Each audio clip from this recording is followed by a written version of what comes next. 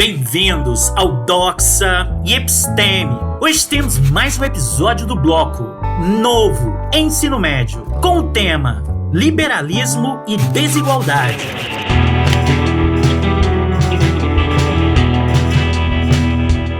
Diversos filósofos europeus avançaram na defesa de estados liberais no fim do século XVIII e ao longo de todo o século XIX. Regimes absolutistas entraram em colapso e os privilégios da nobreza foram aos poucos retirados. O liberalismo triunfou no reconhecimento formal da igualdade dos cidadãos perante a lei. Mas o liberalismo, como filosofia política, referendou desigualdades a serviço da burguesia dominante. As leis restringiam o direito de voto aos que tinham propriedade agrária ou rendas elevadas, em geral derivadas de empresas comerciais e industriais. Os trabalhadores continuavam excluídos do poder.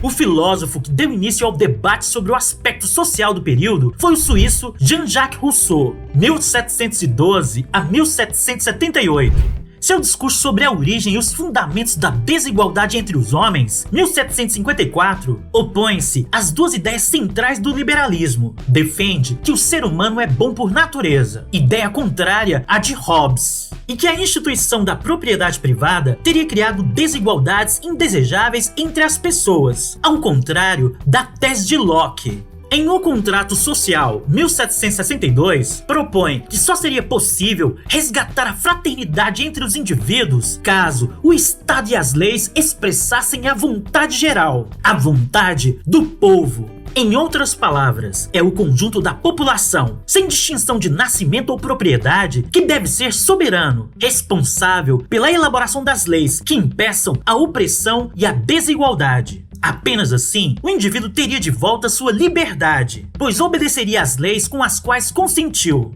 As ideias de Rousseau tiveram grande influência sobre os líderes das revoluções populares das décadas seguintes, em especial a Revolução Francesa, de 1789. A partir dela, uma nova concepção de democracia foi inaugurada: a democracia liberal representativa. A Revolução Francesa teve grande repercussão no século XIX, inspirou movimentos de independência na América Latina nas primeiras décadas, e depois revoluções liberais em toda a Europa Ocidental, notadamente entre 1830 a 1848. Com o tempo, esses países europeus instituíram monarquias constitucionais, submetendo os reis às leis. Antes da Revolução Francesa, mas também sob a influência das ideias iluministas, a independência dos Estados Unidos em 1776 foi a primeira ruptura com o colonialismo europeu nas Américas. 13 colônias inglesas declararam-se independentes e formaram os Estados Unidos, uma república representativa presidencialista, com divisão e harmonia entre os três poderes. Inaugurava-se o período dos Estados Liberais. Mas afinal,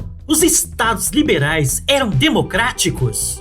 Os novos regimes instalados no Ocidente no século XIX, em sua maioria, podem ser caracterizados como liberais, mas não como democráticos. Basta mencionar o direito de voto nas monarquias constitucionais europeias, restrito aos homens alfabetizados ou com propriedade ou renda, além de excluir as mulheres. Isso limitava bastante o perfil dos representantes e dos representados. Não havia pobres entre os eleitores, muito menos entre os eleitos para os parlamentos. Nos Estados Unidos, a exclusão era ainda maior, pois os negros escravizados nos estados do Sul não eram sequer considerados pessoas, juridicamente, até a abolição em 1865, e foram sujeitos a várias restrições de direitos políticos depois dela. Nos países das Américas que se tornaram independentes da Espanha, tornaram-se repúblicas controladas pela aristocracia agrária e mercantil, que exploravam indígenas, mestiços, pobres ou negros escravizados ou recém-libertos. O liberalismo se limitava à economia.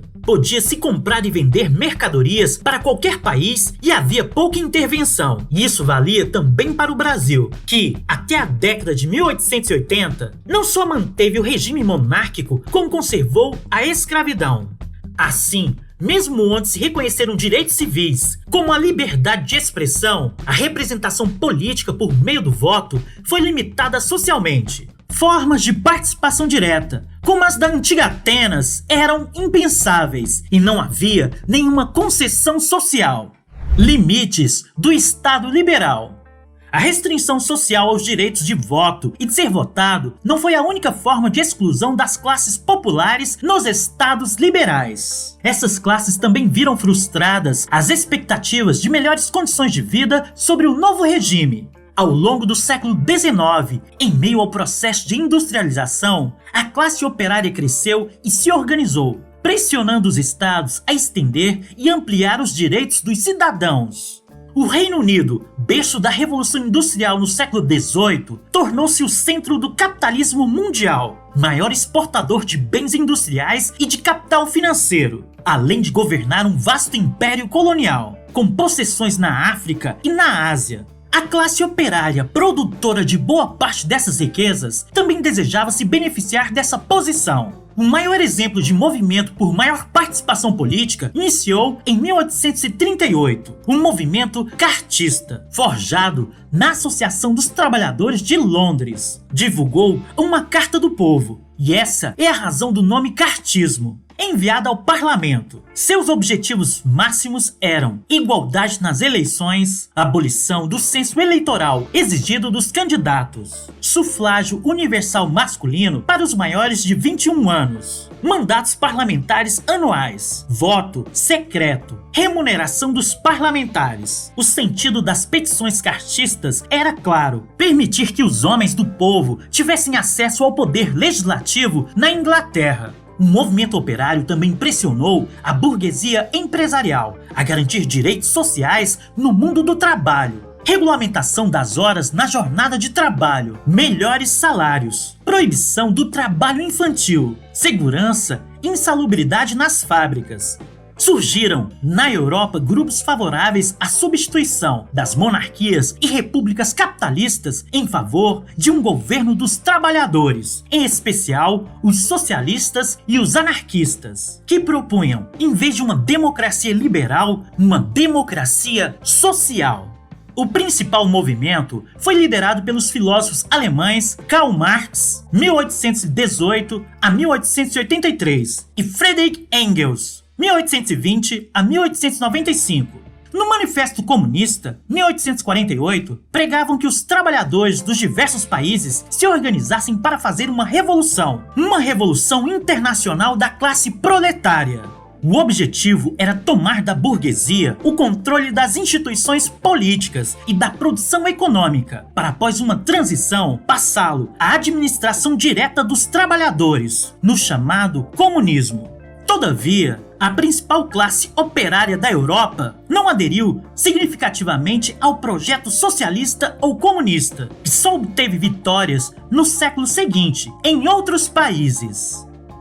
A partir do século XIX, foi combatido outro grande limite do Estado liberal, a exclusão eleitoral das mulheres. Um movimento feminino chamado sufragismo exigiu que todas as cidadãs fossem equiparadas aos cidadãos em seus direitos. A Inglaterra foi também um palco dessas reivindicações, logo irradiadas por todo o continente europeu. No início do século XX, o movimento cresceu, ganhando repercussão ainda maior quando a militante inglesa Emily Davison, 1872 a 1913, morreu atropelada pelo cavalo do rei em uma manifestação em 1918. O governo britânico reconheceu o direito do voto das mulheres, mas elas só puderam ser votadas a partir de 1928. Entre os poucos filósofos liberais que defenderam os direitos políticos das mulheres estava o britânico John Stuart Mill, 1806 a 1873.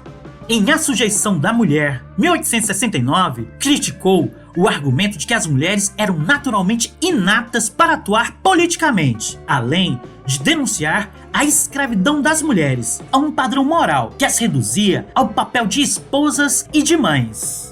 E Stuart Mill também condenou o princípio de que, nas democracias liberais, se devia sempre aplicar o que a maioria decidiu no parlamento. A isso ele chamou tirania da maioria. O que fazer com os que pediam os votos da minoria? Se a escolha da maioria representasse um risco para a minoria, seria necessário desenvolver outros mecanismos, a fim de atender também às reivindicações das minorias vencidas. Por hoje é só, espero vocês no próximo vídeo. Até lá! Oi, caso você tenha gostado do vídeo, dê um like, assine e compartilhe com os amigos. Todo comentário é bem-vindo. Forte abraço e vitória sempre!